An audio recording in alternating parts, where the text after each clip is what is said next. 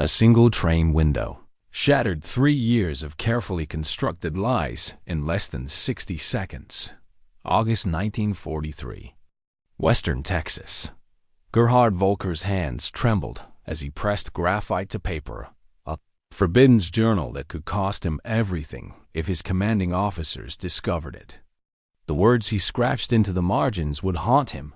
Either they're deceiving us magnificently, or we've been fed propaganda our entire lives. Through smudged glass, he'd witnessed something impossible, according to every briefing, every newsreel, every speech he'd absorbed since 1936. Electric brilliance flooded the landscape, not just major cities, but farmhouses, crossroads, tiny settlements stretching toward both horizons. Past 11 at night, and Texas glowed like captured daylight. Back home, mandatory darkness protocols had extinguished German cities since autumn 1940, even before war erupted. Countryside electrification barely touched 1/5 of agricultural regions. Yet here in this supposedly crumbling, morally bankrupt nation, power flowed as abundantly as rainwater. Nearly 2,000 battle-hardened soldiers from Rommel's legendary Afrika Korps descended from passenger carriages, not livestock transports, not military freight, cushioned sleeping coaches with meal service and converted berths. Every citizen of Mahia had gathered to observe their arrival. Nobody understood. They were witnessing psychological warfare's most devastating campaign, not through bullets or bombs, but through overwhelming proof of industrial supremacy. The equations determining Allied triumph weren't being calculated in war rooms. They were being demonstrated through production numbers that would systematically dismantle every assumption these men carried about enemies, fatherland, and ideology itself. Victory's mathematics had already been written. These soldiers simply hadn't read them yet. Truth revealed through abundance destroys lies built on scarcity. The unraveling started May 13th. Tunisia, 1943. General Jürgen von Arnim, Rommel's successor, surrendered alongside roughly 250,000 to 275,000 Axis troops, German and Italian forces combined. Documentation varied as isolated units continued, capitulating across multiple days. The Wehrmacht's most seasoned desert combatants, veterans who'd pushed British forces back toward Egyptian borders, who'd earned Montgomery's grudging professional respect, suddenly became captives. Among them, Heinrich Friedrich Redeke, Iron Cross recipient, France campaign veteran, twice wounded beneath African sun. His journal, unearthed decades afterward in national archives, would furnish historians their most comprehensive documentation of how American captivity psychologically impacted German military personnel. The transformation journey commenced at Oran's Algerian harbor, as Redke and 30,000 fellow prisoners waited in temporary compounds for transport vessels. American organizational capability began fracturing their preconceptions. The U.S. Army processed thousands daily with precision, exceeding anything Wehrmacht logistics had accomplished, even during peak operational efficiency. Identity documentation, photographed, archived. Medical screening, completed. Inoculations, administered. Geneva Convention protections, explained in fluent German by specially trained American officers. But genuine shock arrived with rations. Corporal Hans Muller, seized with the 21st Panzer Division, wrote his mother 8 months later, "At the Oran cage, awaiting ships, Americans fed us better than we'd eaten during 6 months of desert operations. Real bread, white bread, genuine coffee, meat served twice daily. We assumed propaganda tactics, impression management. We didn't grasp this represented their standard military provision. Liberty ships transporting them across Atlantic waters were themselves monuments to American manufacturing capacity. The SS Robert E. Peary had been constructed in 4 days, 15 hours. 29 minutes at Kaiser Shipyards, Richmond, California. A timeline that would have been dismissed as impossible fabrication had the Germans known it. These vessels, produced at 3 per day peak rates, returned from European theater supply runs. Rather than crossing empty, they carried human cargo up to 30,000 POWs monthly by summer 1943. The 2-week Atlantic crossing, July 1943, provided psychological demolition's second phase. Sergeant Kurt Zimmerman of the 90th Light Division maintained detailed accounts surviving in family correspondence after repatriation. The vessel's crew, he documented, discarded more sustenance daily than our entire company received in weekly allocations during Africa's final months. American sailors disposed of half-consumed steaks, complete bread loaves, milk gallons that had sat briefly too long. They performed this openly, thoughtlessly, not mockery, but genuine indifference to waste. Their supply appeared limitless. Ships themselves became floating demonstrations of American power. POWs discovered their transport vessel was one of 2,710 Liberty ships that would be manufactured during wartime. Each required 250,000 components assembled from parts manufactured across 32 states. The engines, talkative American guards explained, were built in 3 separate facilities, each producing 900 horsepower cylinders, subsequently assembled in ports that had barely existed 2 years prior. Lieutenant Colonel Wilhelm von Steuben, whose aristocratic Prussian lineage had served in every German conflict since Frederick the Great, would later memorialize, "As our vessel approached American coastline, I observed the radar antenna rotating above the bridge. This technology, which we believed only we, perhaps the British, possessed in limited quantities, was standard equipment on a cargo ship. That moment, I first suspected Germany had already lost this war." August 2nd, 1943, Norfolk Naval Base, Virginia. America's first sight obliterated final remnants of Nazi propaganda regarding American industrial weakness. Norfolk sprawled across 4,300 acres, its docking facilities extending for miles, its cranes simultaneously loading and unloading dozens of vessels. In a single day, this solitary port processed greater tonnage than Hamburg's entire German port managed weekly. Corporal Johann Weber, a Ruhr factory laborer before conscription, tallied 47 cargo ships in various loading stages. Each crane, his secret journal noted, lifted loads requiring a dozen men and horses in Germany. They operated on electric power smoothly, continuously, without the coal smoke choking German industrial cities. Prisoners formed columns for the march toward waiting trains. Along their route, they passed parking areas filled with civilian automobiles, hundreds belonging to dock workers. In Germany, private automobile ownership remained restricted to wealthy elites and party officials. The Volkswagen, promised to German citizens since 1934, remained propaganda fantasy with fewer than 1,000 ever delivered to civilians. Here, ordinary laborers drove personal vehicles to work. Nothing prepared them for the trains themselves. Not boxcars. Not the 40 and 8 wagons, 40 men or 8 horses that had transported German troops across Europe. Full passenger coaches. Pullman cars with padded seats converting to sleeping berths. Dining cars with white linens and silver utensils. Observation cars with panoramic windows. Lieutenant Rake recorded, "We boarded like tourists, not prisoners." American guards seemed nearly embarrassed by the comfort. One sergeant apologized that air conditioning wasn't functioning properly in our car. Air conditioning. In August, we believed such luxury existed solely on Hitler's personal train. The 3-day rail journey from Norfolk to Texas and Oklahoma. Camps would prove more destructive to Nazi ideology than any battlefield defeat.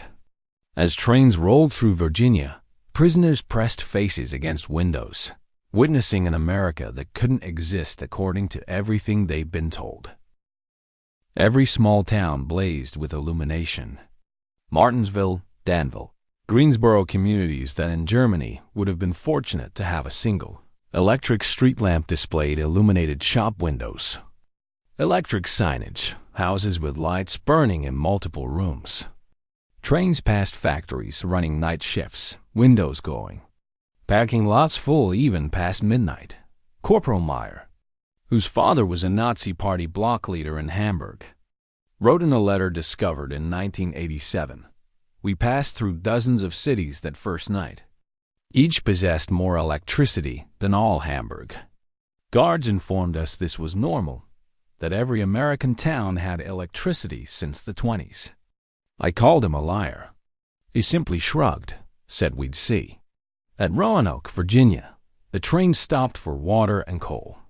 Prisoners observed as American railway workers accomplished in 30 minutes what would have required 2 hours in Germany. Automated coal loading, electric water pumps, mechanized lubrication systems. Every operation aspect demonstrated technological superiority. More disturbing still, the casual wealth of workers themselves. They wore leather boots costing a German laborer 2 months' wages. They consumed Coca-Cola from glass bottles, discarding empties thoughtlessly into bins. They smoked cigarettes continuously, stubbing them out half-finished. Sergeant Heinrich Müller, an electrical engineer from Siemens before war, calculated that the single railway yard they'd stopped in consumed more electricity in 1 hour than his entire Berlin district used daily. The waste was magnificent, he wrote. They left lights burning in vacant buildings. Electric fans operated in empty rooms. It was the carelessness of infinite resource. As trains crossed into Tennessee and Kentucky, prisoners encountered American industrial power in complete display. Through windows, they watched endless factories, each larger than anything most had witnessed in Germany. Abundance speaks louder than any propaganda. The Alcoa aluminum facility in Tennessee stretched 3 miles along the river, its electric furnaces consuming 175,000 kilowatts of power, more than Munich's entire city dot near Louisville. Trains slowed passing the Rubbertown complex, where synthetic rubber plants had emerged from empty fields in just 18 months. 4 massive facilities, each employing thousands, producing 800,000 tons of synthetic rubber annually. Germany, despite inventing the process, had never managed more than 120,000 tons in its best year. Lieutenant Erich Hoffmann, an IG Farben chemist, grasped implications immediately. In post-war interviews, he recalled, "I recognized those plants. I could identify the distillation columns, catalytic crackers. Each facility was more advanced than anything we built, and there were 4 just in this single location." They told us dozens more existed across the country. Trains passed Ford's Willow Run plant outside Detroit, visible from miles away. This solitary factory, constructed in just 9 months, produced a B-24 Liberator bomber every 63 minutes. At peak production, 42,000 workers assembled bombers from 1,550,000. Parts manufactured by 1,500 subcontractors. The plant consumed 2.5 million square feet of floor space and used more electricity than Cologne's entire German city. Lieutenant Werner, a Luftwaffe pilot shot down over Tunisia, pressed his face against the window as they passed. He counted 17 B-24s in various completion stages visible from the train. We'd been told American planes were inferior, hastily built, would disintegrate in combat. But I could observe the assembly line precision, construction quality. These weren't inferior aircraft. They were simply built faster than we could imagine possible. The deeper trains penetrated into America, the more complete became Nazi mythology's destruction. In St. Louis, they crossed the Mississippi River on Eads Bridge, while below them barges carried more grain than Germany's entire 1942 harvest. Prisoners could see grain elevators stretching along both banks, each holding enough wheat to feed a German city for months. Private Karl Schmidt, a Bavarian farmer's son, wrote in his diary, "Americans transport food as we transport ammunition in endless quantities without concern for loss. I watched them loading a single barge with enough wheat to feed my entire village for 5 years." The crane operator was eating a sandwich with meat thicker than our weekly ration. In Kansas City, the train stopped at a massive stockyard where tens of thousands of cattle awaited slaughter. The smell of meatpacking plants filled the air for miles. German POWs who'd subsisted on 200 grams of meat weekly in Africa when fortunate watched American workers eating beef sandwiches during lunch breaks. They consumed meat like we consume bread, wrote Private Paul Fisher. No, that's incorrect. They consumed meat like we wished we could consume bread. The guard purchased hamburgers from a stand near the station. Meat, cheese, vegetables on white bread for 15 cents. He bought 20 without thinking, paid with a single dollar bill. This wasn't special. This was their normal food. The arrival at camps themselves provided the next level of cognitive demolition. Camp Hearn, Texas, built in just 4 months, housed between 3,000 and 4,800 prisoners, in conditions exceeding what most had known as civilians. Wooden barracks with electric lights, flush toilets, hot showers, steam heat. Each building constructed with more lumber than entire German villages possessed. The camp hospital astounded medical personnel among prisoners. Colonel Dr. Friedrich Bauer, chief surgeon of the 164th Light Division, found himself in a facility better equipped than most German civilian hospitals. X-ray machines, surgical equipment, pharmaceutical supplies unavailable in Germany since 1941, all standard provision for enemy prisoners. They possessed penicillin, Dr. Bauer would later testify. This miracle drug we'd only heard rumors about. They used it freely, even on prisoners with minor infections. German soldiers were dying for want of basic sulfa drugs, and Americans were giving us their most advanced medicine without hesitation. The camp kitchen became another classroom in American prosperity. Prisoners assigned cooking duties discovered walk-in refrigerators, electric mixers, automated dishwashers, gas ranges that could prepare meals for 5,000 men. Daily rations included fresh milk, eggs, meat, vegetables. White bread quantities German civilians hadn't seen since 1939. Sergeant Otto Krebs, a former Munich hotel chef, wrote, "Today we discarded more food than my family has seen in 3 years. Not spoiled food, simply excess. American regulations require we prepare 10% more than needed to ensure every prisoner receives full rations. The surplus is discarded. I wept as I threw perfectly good bread into garbage." By September 1943, the labor shortage in American agriculture led to POW employment in fields and factories across the country. This decision, driven by necessity, would prove more destructive to Nazi ideology than any propaganda program could have achieved. Asterisk.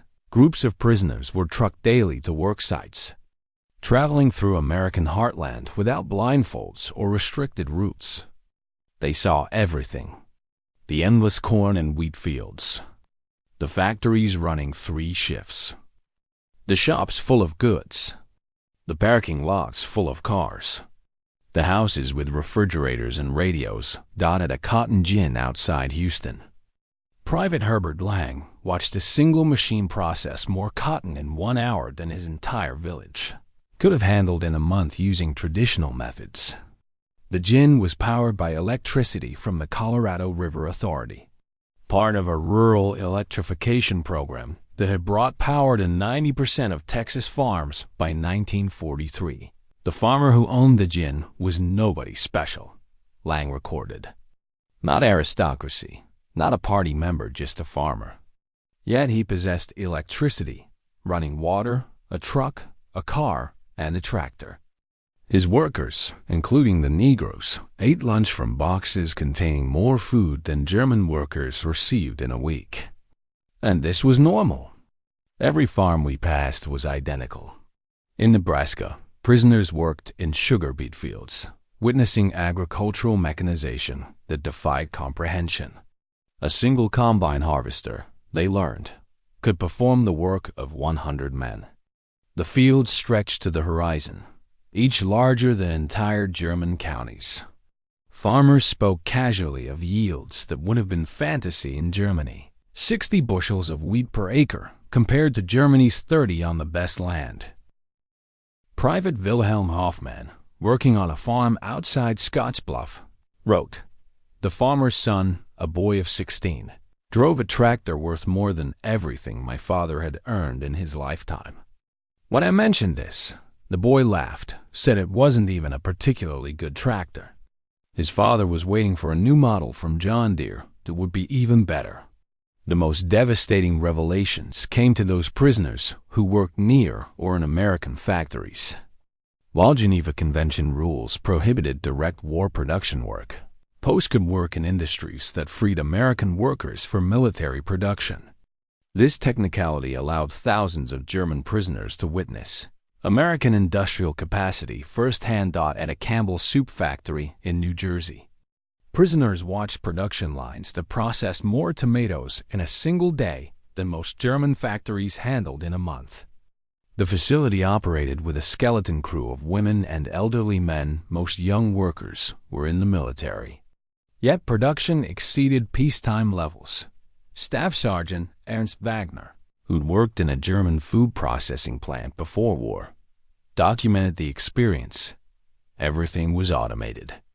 Electric conveyor belts, automatic filling machines, steam cookers that processed hundreds of cans simultaneously. One elderly woman monitored controls that managed what would have required 50 workers in Germany. She did this while listening to a radio and drinking coffee. Near Detroit, prisoners unloading coal at a power plant gained glimpses of the automotive industry's conversion to war production. The River Rouge complex, visible across the water, employed 100,000 workers producing jeeps, aircraft engines, and tanks. The plant consumed 1.5 million kilowatts of electricity daily, more than Hamburg's entire city. "We could see the parking lots," wrote Corporal Franz Kellner. "Thousands of cars belonging to workers. In Germany, even our officers rarely owned cars. Here, factory workers drove to work. The guard told us many workers owned 2 cars, one for work, one for family use. We thought he was mocking us." By winter 1943, the cumulative impact of these observations was producing what American intelligence officers called ideological collapse syndrome among prisoners. The Special Projects Division, the secret re-education program run by the Provost Marshal General's office, documented increasing numbers of prisoners requesting access to American newspapers, books, and educational materials. Major Paul Newland, a monitoring team member, reported in December 1943, "The prisoners no longer argue when shown production statistics. They've seen too much. The most fanatical Nazis have become quiet. They still maintain loyalty to Germany, but no longer speak of victory. Many openly question what they were told about America." Camp newspapers produced by prisoners themselves began reflecting this transformation. The Rough, the call published at Fort Kearny, Rhode Island, gradually shifted from defiant nationalism to discussions of democracy, economic systems, and post-war reconstruction. The editors, carefully selected anti-Nazi prisoners, found their audience increasingly receptive. Lieutenant Hermann GTZ, captured with the 10th Panzer Division, wrote in a letter that passed American censors, "We were told America was a mongrel nation, weak, divided, controlled by Jews, incapable of military prowess. Every day I'm here, I see the opposite. This is the most organized, unified, and powerful nation on earth." We were told fairy tales by criminals.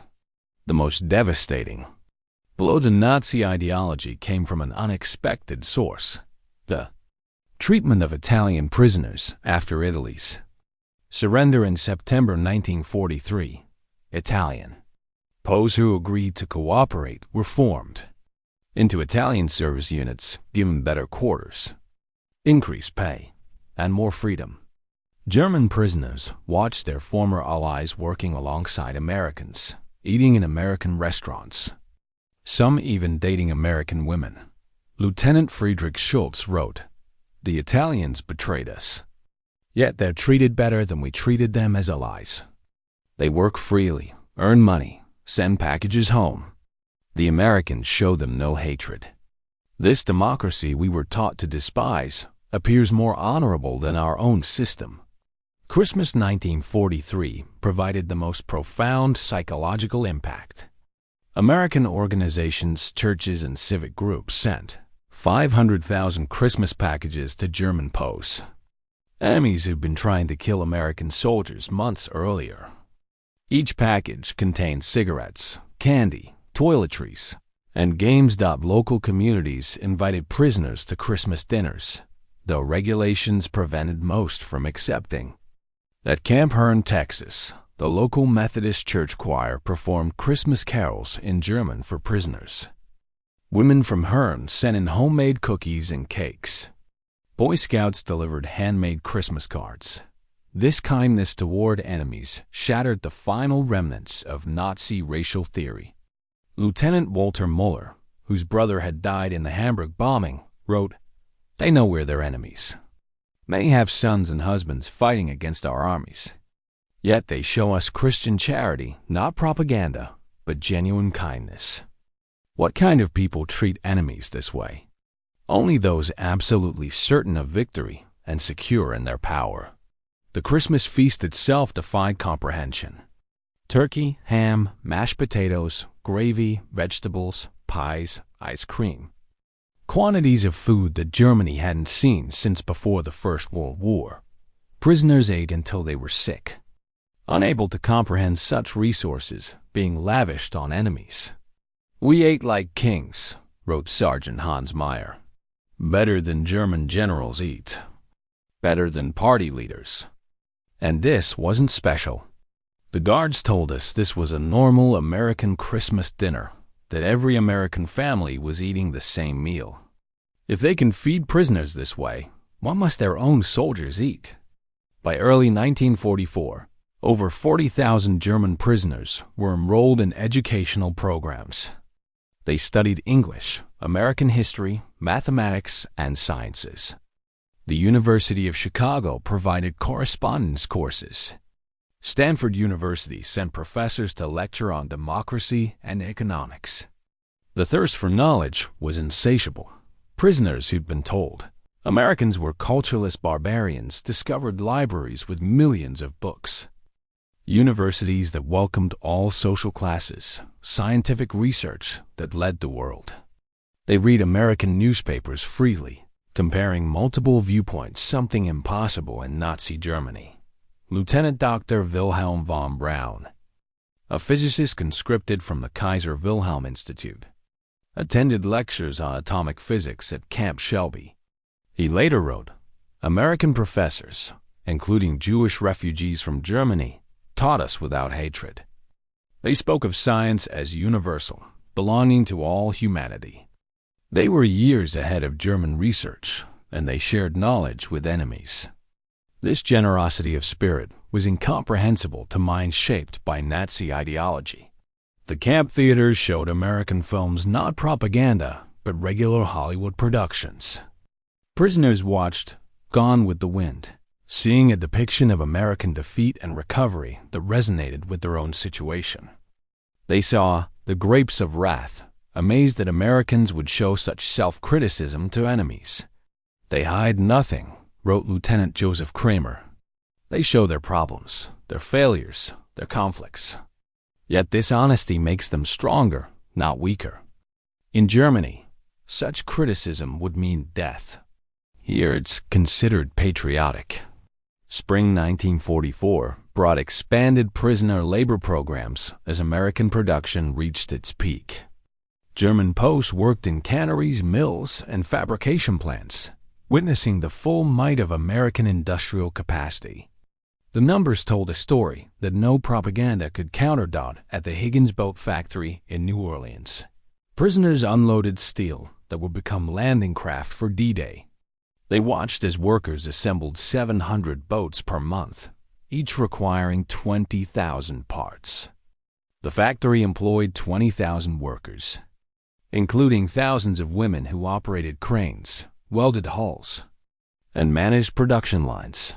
Staff Sergeant Kurt Zimmerman wrote, "Women doing men's work. Negroes operating complex machinery. Teenagers running drilling equipment. Everything we were told was impossible in a democracy. Yet production never stopped.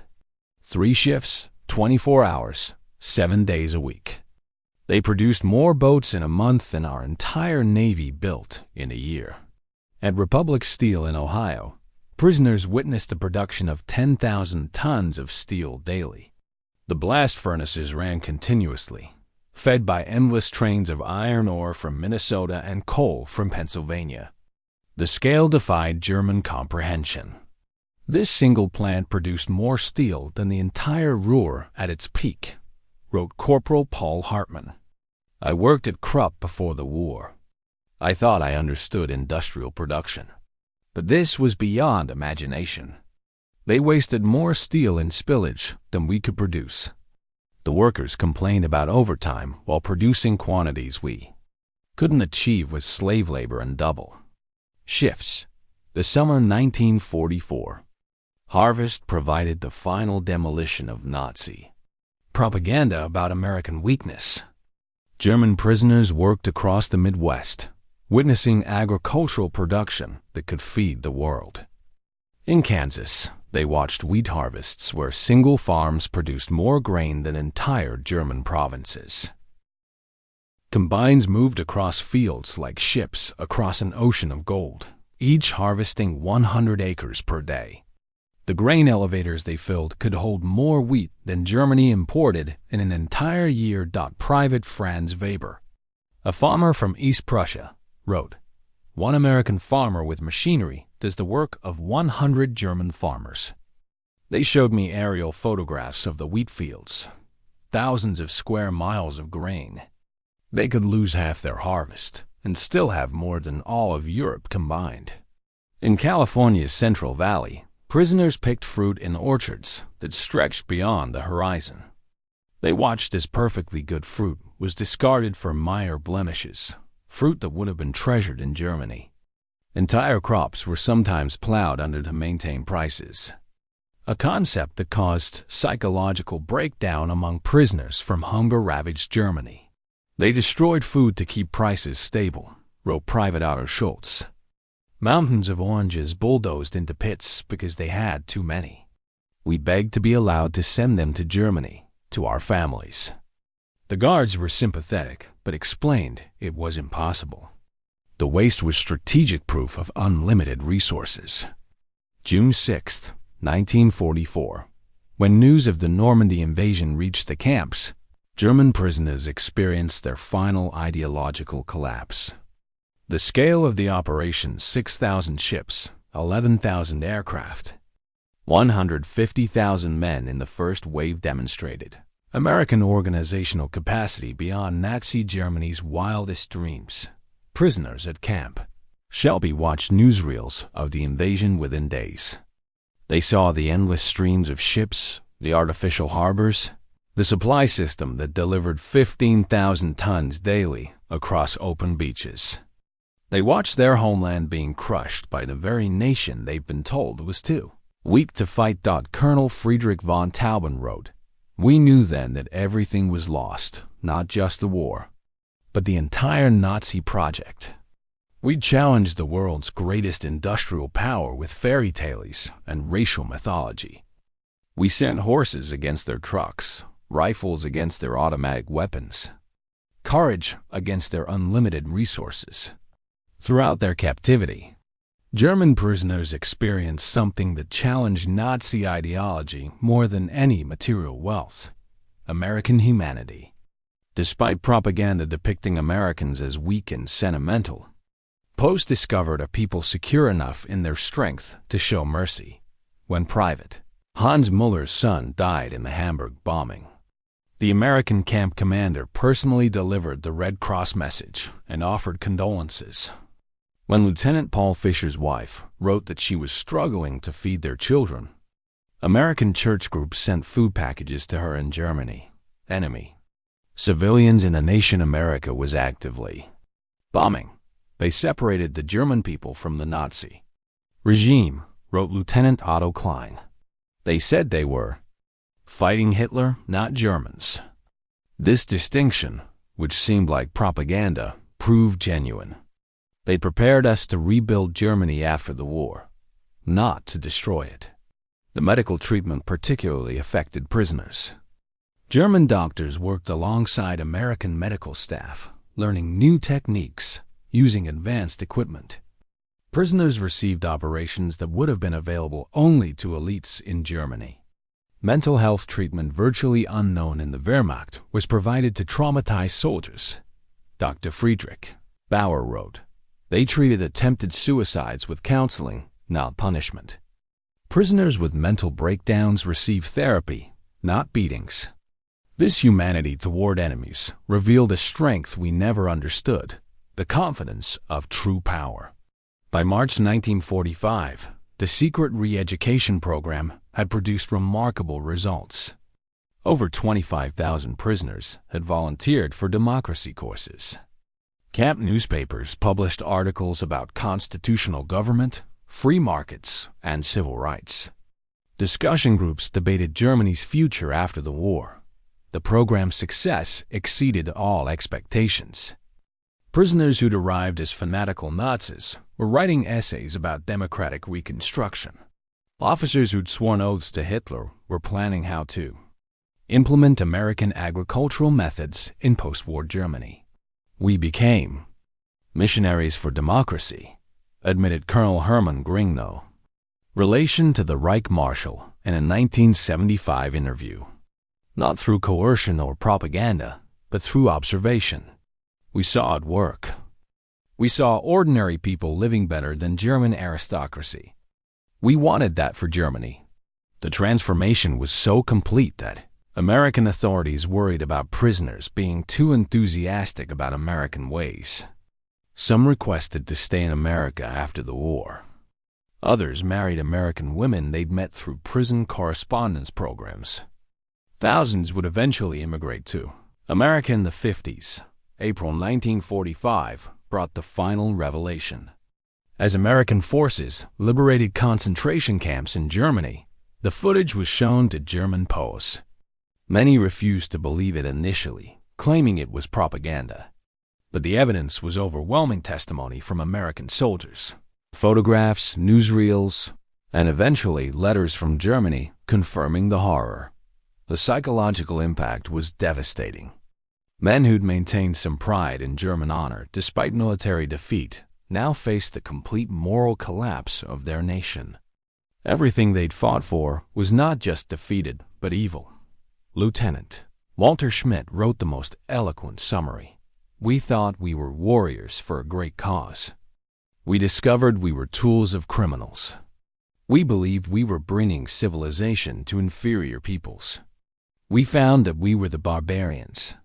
The Americans we called weak and decadent showed us what civilization actually meant." As the war ended in May 1945, German POWs faced repatriation with mixed emotions. They'd witnessed an America that contradicted everything they believed. They'd eaten better as prisoners than as soldiers. They'd been treated with more dignity by enemies than by their own government. The last months of captivity were spent preparing for return to a destroyed Germany. American authorities provided vocational training, agricultural education, and political instruction. Prisoners learned about the Marshall Plan before it was announced, understanding that America would rebuild rather than punish Germany. They prepared us to rebuild our country, wrote Colonel Friedrich von Tauben. They gave us skills, knowledge, hope. They transformed defeated soldiers into future citizens. This generosity from victors was incomprehensible to minds shaped by Nazi vindictiveness. Between 1945 and 1946, 371,683 German POWs were repatriated from American camps. They returned to a Germany divided, destroyed, and destitute. But they brought with them something precious: knowledge of how a democratic industrial society functioned. The German POWs, who experienced American prosperity, became unwitting agents of transformation in post-war Germany. They'd seen industrial efficiency, agricultural productivity, and democratic prosperity. They knew reconstruction was possible because they'd witnessed a society that had achieved it. Many former POWs rose to prominence in West Germany's reconstruction. Hans Kroll, prisoner at Camp Shelby, became West German ambassador to the United States. Walter Hallstein, who taught classes at Camp Como, became president of the European Commission. Rudiger von Weckmer, held at Camp Herren, served as German permanent representative to the United Nations. Edward Ackerman, prisoner at Fort Robinson, became a leader in German agricultural reform. They brought American methods to German industry, American efficiency to German agriculture, and American democratic ideals to German politics. The economic miracle that transformed West Germany in the 50s was built partly on knowledge gained in American prison camps. We learned that prosperity came from freedom, not conquest, Hans Kroll wrote in his memoirs.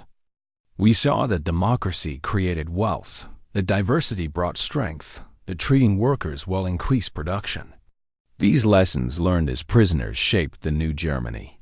Historians have called the German POW experience in America one of the most successful re-education programs in history. Without coercion, without propaganda in the traditional sense, American industrial might and democracy converted hardened Nazis into future democratic citizens. The program succeeded because it relied not on words, but on observation. Prisoners saw American society functioning at peak efficiency while treating enemies with dignity. They witnessed industrial capacity that made German production look primitive. They experienced a standard of living that exposed Nazi promises as fantasies. Dr. Arnold Kramer, the leading historian of German POWs in America, concluded, America won the propaganda war not through clever messages, but through sheer reality. Every full meal, every electric light, every working toilet was an argument against Nazism. The POWs were converted by prosperity. The statistics support this assessment. Of the 371,683 German POWs held in America, fewer than 1% attempted escape, with only 2,222 total attempts recorded. Post-war surveys showed that 95% rated their treatment as good or excellent. Most remarkably, thousands maintained correspondence with American families for decades after the war. In 1985, on the 40th anniversary of the war's end, surviving German POWs held a reunion in Austin, Texas.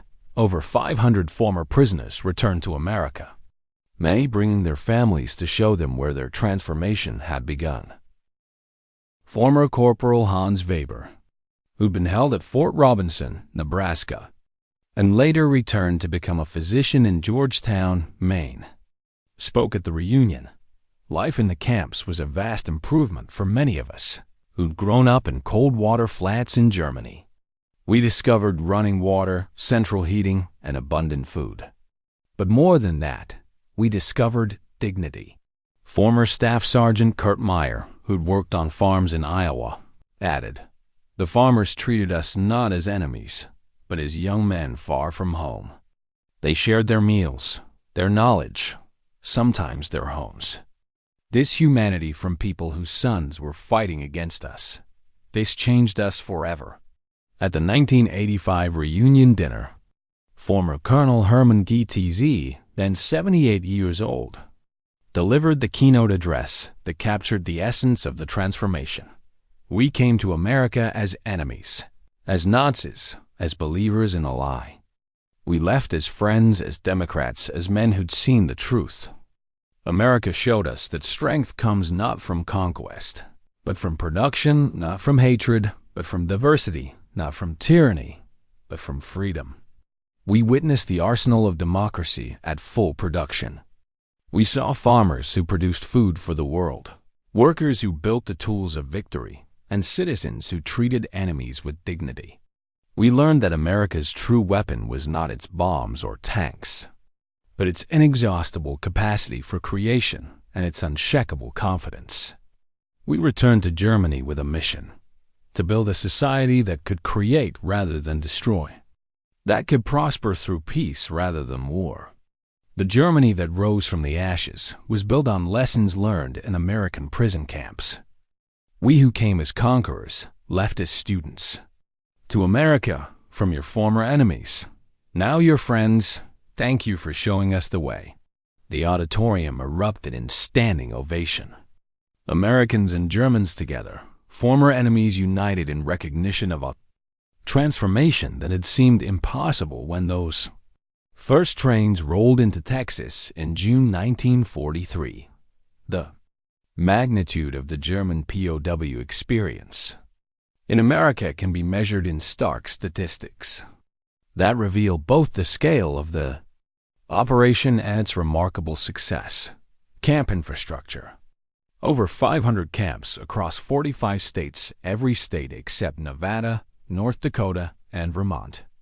175 main camps with 325 branch camps. Camps built to house from 250 to 12,000 prisoners each. Construction completed an average of 90 days per camp. Prisoner population: 371,683 German POWs, part of 425,871 total Axis POWs. Peak population in May 1945. Average of 20,000. New arrivals monthly in 1943. 30,000 monthly after D-Day. 60,000 monthly in final months of war. Labor contribution: 14 million man-days of agricultural labor. 100 million board feet of lumber processed. $230 million in labor value 1940s dollars. 80 cents daily wage per prisoner. Prisoners filled critical labor shortages in 46 states. Escape statistics: only 2,222 escape attempts from over 371,000 prisoners, 0.6%. 0 successful permanent escapes. Most escapees recaptured within 24 hours. No American civilians harmed by escaped POWs. Educational programs: 40,000 plus enrolled in educational courses. 135 camp newspapers published. 30,000 taking English classes. 15,000 in vocational training. University correspondence courses for 8,000. Postwar immigration: approximately 5,000 former POWs immigrated to U.S. after war. 12,000 plus maintained correspondence with American families. Average correspondence duration: 31 years. Many returned as tourists or business partners. Treatment assessment: 95% rated treatment as good or excellent. 74% believed captivity positively changed their worldview. 61% expressed interest in learning about democracy. Less than 10% maintained strong Nazi beliefs by 1945. The German POWs who experienced American industrial might didn't just witness history, they were transformed by it. Their captivity became education. Their defeat became enlightenment. And their imprisonment became liberation from the ideological chains of Nazism. In the end, America's greatest victory was not on the battlefield, but in the prison camps, where overwhelming evidence of democratic prosperity accomplished what armies could not: the complete transformation of enemy minds. The POWs had arrived believing in German superiority and American weakness. They left knowing the truth.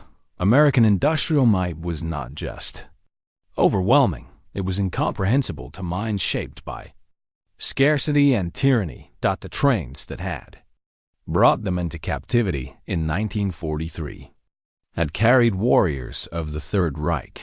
The ships that returned them to Germany in 1946 carried architects of democracy. They'd seen the future, and it worked. Their story stands as testament to a profound truth. The most powerful weapon in America's arsenal was not military might, but the simple, overwhelming evidence of a free society's capacity to create abundance. The German POWs were stunned by American industrial might, but ultimately they were converted by it. In their transformation lay the seeds of Europe's post-war redemption and the final defeat of the Nazi dream. They returned to Germany not as defeated enemies, but as witnesses to what free societies could achieve. The economic miracle that transformed West Germany in the 50s was built on foundations laid in American prison camps, where enemy soldiers learned that prosperity came not from conquest, but from freedom, not from racial superiority, but from human dignity, not from totalitarian control, but from democratic cooperation. The German POWs had arrived in America expecting to find a weak, divided nation on the verge of collapse. Instead, they discovered an industrial colossus of unlimited power and surprising humanity. They'd come as prisoners of war, but left as witnesses to the arsenal of democracy at its absolute peak. In their awe at American abundance lay the psychological seeds of the Atlantic Alliance, the Marshall Plan, and the democratic reconstruction of Germany. They'd seen America, and they would never be the same.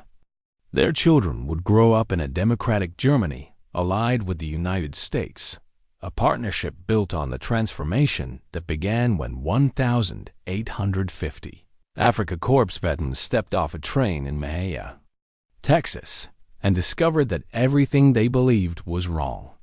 The story of German POWs in America is ultimately a story of redemption through revelation.